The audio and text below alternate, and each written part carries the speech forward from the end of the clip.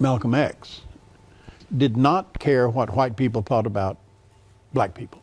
He only cared what black people thought about black people. And so from early on, I didn't care what straight people thought about gay people. I only cared what gay people thought about gay people. At rallies across the nation, gay rights advocates celebrated their legal victory, a ruling so broad it surprised even many of them.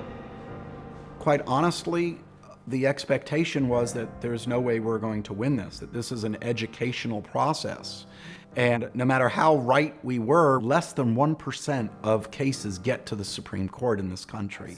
So I never thought I would go to the Supreme Court. And I had to fight lawyers all the way. They said, you don't want to win it, you want to lose it, so we have something to appeal. Keep your eye on the prize.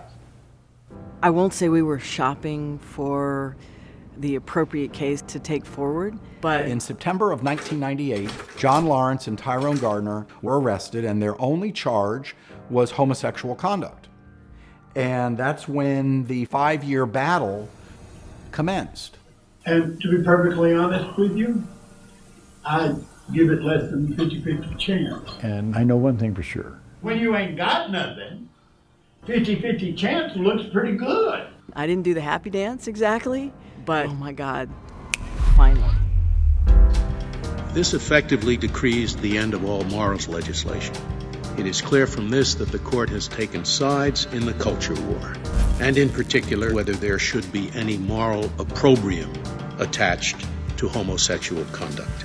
It's been proven, Phil, that people can have sex with anything. They can have sex with dead bodies, their mothers, their sisters. So it was an education process. And a Texas law which makes sodomy among homosexuals a crime. In this state, it is legal for heterosexual couples to engage in sodomy, but illegal for homosexual couples. That's true. In the 80s, we had Bowers versus Hardwick that said gay and lesbian people have no constitutional rights. How the hell did that happen? We are not tolerant of those that participate in homosexual activity. Yep, go to a payphone, put on my best Texas voice.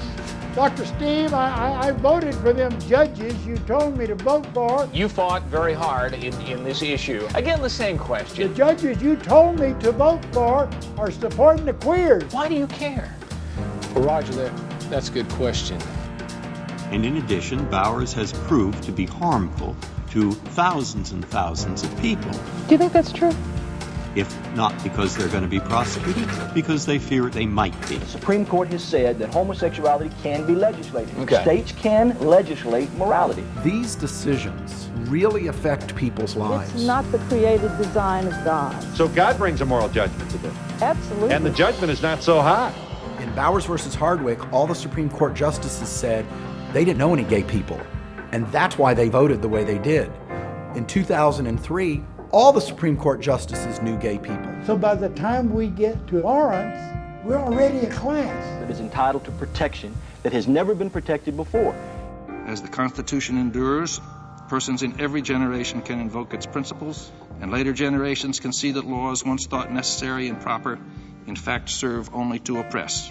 And so that language, it's just the culmination of what Ray's been doing, of what we've all been doing, and this demonstrates it. This says, look, that's how you win Supreme Court cases.